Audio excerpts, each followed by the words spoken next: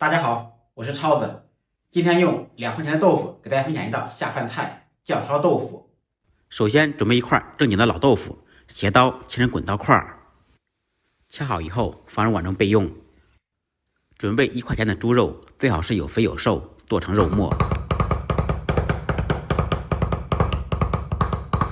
再来少许姜片、葱花。起锅做水，放入1小勺盐。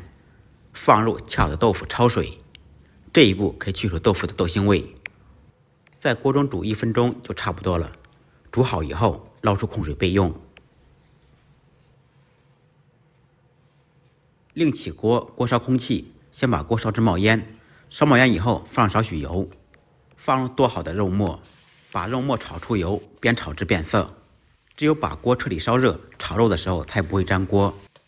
肉末炒出油以后，放入姜片、葱花，把小料继续炒香。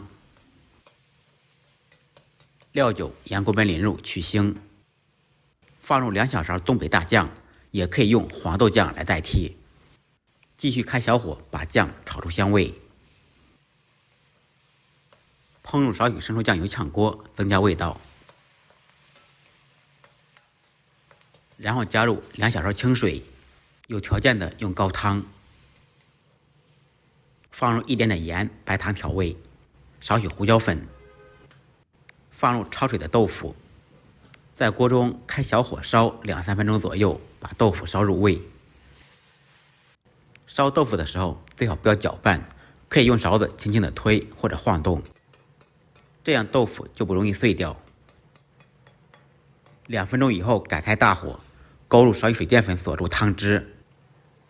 淀粉水可以分2次放入，这样勾出来的芡更均匀。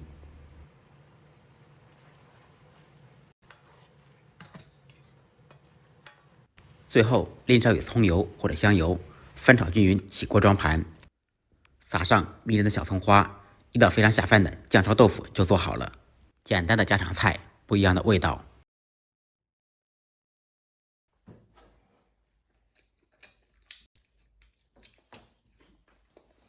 按照我的方法做，不好吃您提着豆腐来找我。